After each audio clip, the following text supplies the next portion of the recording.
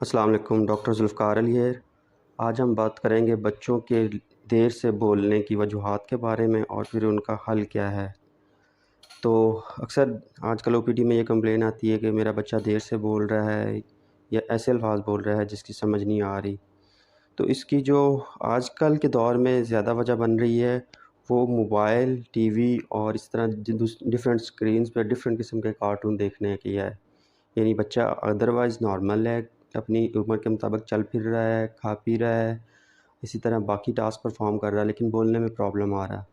تو ایسے بچوں میں جو خاص وجہ ہے وہ بچوں کا زیادہ دیر موبائل، ٹیلی ویژن کا استعمال کرنا ہے، جس میں مختلف قسم کی اور مختلف زبانوں میں بچے کارٹون دیکھتے ہیں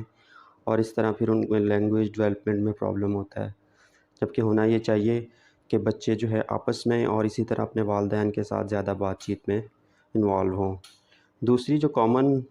وجہ ہے آج کل وہ یہ ہے کہ جس طرح فیملی سسٹم ڈیولپ ہو رہے ہیں، علیحدہ علیحدہ زیادہ بچے رہتے ہیں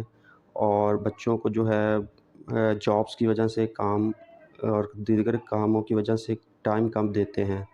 تو جس کی وجہ سے بچہ الگ تھلگ رہتا ہے، جس کی وجہ سے بچہ جو ہے بول نہیں پاتا۔ اس کے علاوہ چند ایک میڈیکل ایشوز ہوتے ہیں جن کی وجہ سے بچے لیٹ بولتے ہیں۔ ان میں سب سے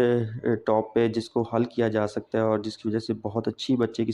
اسپیچ واپس آ سکتی ہے وہ یہ کہ اگر سماعت کے کوئی مسائل ہیں بچے میں، بچے کے کان کا کوئی مسئلہ ہے یا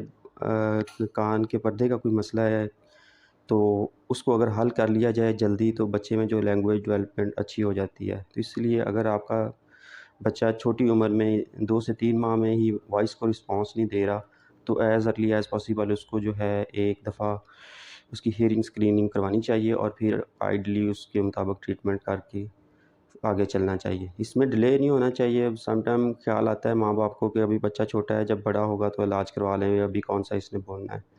تو جو پہلے دن سے ہی بچہ سن رہا ہوتا ہے وہ اس کے دماغ میں نقش ہو رہا ہوتا ہے اور پھر اسی کے مطابق اس کی لینگویج ڈیولپ ہونا ہوتی ہے۔ تو اس لیے جیسے ہی پتہ چلے کہ بچہ جو ہے ہمارا سننے میں کوئی کمزور ہے تو فوراً سے پہلے اس کا جو ہے ٹریٹمنٹ کی طرف جانا چاہیے۔ اسے زبان کا تندوا ہو سکتا ہے، ایک بہت ہی کامن بیماری ہے، تو اکثر بچوں کو ہوتا ہے۔ بعض دفعہ یہ افیکٹ کرتا ہے بچوں کو، بعض بولنے میں، بعض دفعہ نہیں کرتا۔ تو اگر آپ کے بچے کو کوئی بولنے میں پرابلم آ رہا ہے اور آپ کو نظر آ رہا ہے کہ جو ٹنگ ٹائی ہے یا زبان کا تندوا ہے تو اس کا بھی آپ پیڈیاٹرک سرجن سے مل کے جلدی ہی علاج کروا سکتے ہیں۔ اس کے علاوہ چند ایک بیماریاں ہیں دماغ سے ریلیٹڈ جس کی وجہ سے بچوں میں جو ہے دیر سے بولنے کی پرابلم آتی ہے یا کم بولنے کی پرابلم آتی ہے۔ اس میں جو ہے سیریبرل پالسی یا دماغ کی کمزوری ہے جو کہ یوزلی حمل کے دوران، حمل کی پیدائش کے دوران اور پیدائش کے فوراً بعد کسی وجہ سے دماغ کو آکسیجن کم ملتی ہے، جس کی وجہ سے دماغ کا وہ حصہ جو بولنے سے ریلیٹڈ یا چلنے پھرنے سے ریلیٹڈ افیکٹ ہو سکتا ہے، جس کی وجہ سے بچے جو ہے دیر سے بولتے ہیں یا ٹھیک سے بول نہیں پاتے۔ تو اس کا بھی جو علاج ہے وہ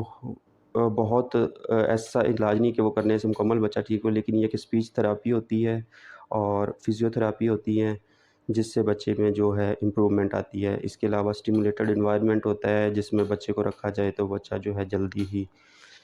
بولنے کی طرف چلا جاتا ہے۔